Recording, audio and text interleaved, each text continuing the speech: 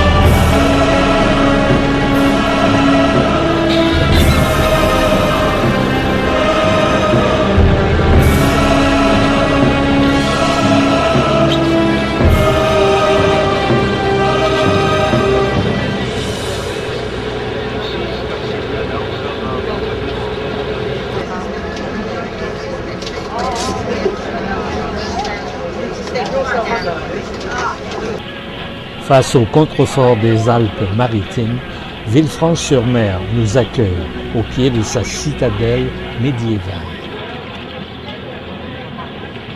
Villefranche-sur-Mer se situe entre Cannes et Monaco et à quelques kilomètres de Nice. La ville fut créée en 1295 par Charles d'Anjou, qui lui octroie le titre de Villefranche, d'où elle tire son nom de Villafranca. Elle est définitivement rattachée à la France en 1860. Vous ne voyez pas où. Après la principauté de Monaco, il y a la frontière, dont on a vu la frontière avec l'Italie. C'est à l'est. Ça commence par là, ça fait de la Suisse, s'étire lentement de est en ouest et continue après Nice, après Cannes, Saint-Raphaël, Saint-Tropez et s'arrête un peu avant Toulon. Et fait environ 150 km. Et ici, nous avons la côte sud-est de la France. La 205 diesel blanche. Et voilà qu'ils sont descendus et ils ont fondé un petit village, Villafranca, la ville franche, la ville qui ne paye pas d'impôts.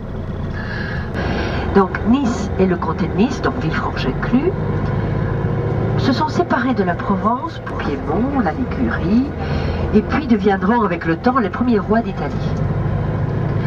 Et pendant 5 siècles, les ducs de Savoie, de Turin, qui était leur capitale, ils s'occupaient très bien de ce petit comté de Nice, au moins en tant qu'ils pouvaient, puisque les ducs de Savoie ne les embêtaient jamais.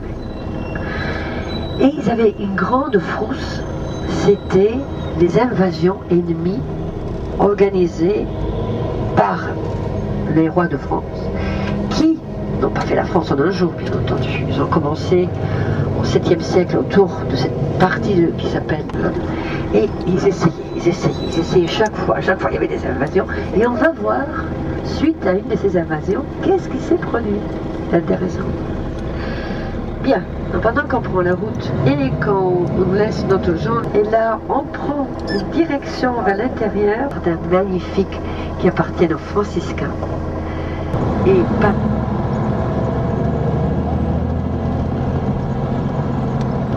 dans un instant, si vous regardez tout de suite à gauche sur le trottoir, ici, il y a un petit monument avec un profil de la princesse Grace en bronze. Regardez, voilà, représenté ici, puisqu'on lui a dédié ce boulevard, ce personnage si charismatique qui est décédé en 1982, ici.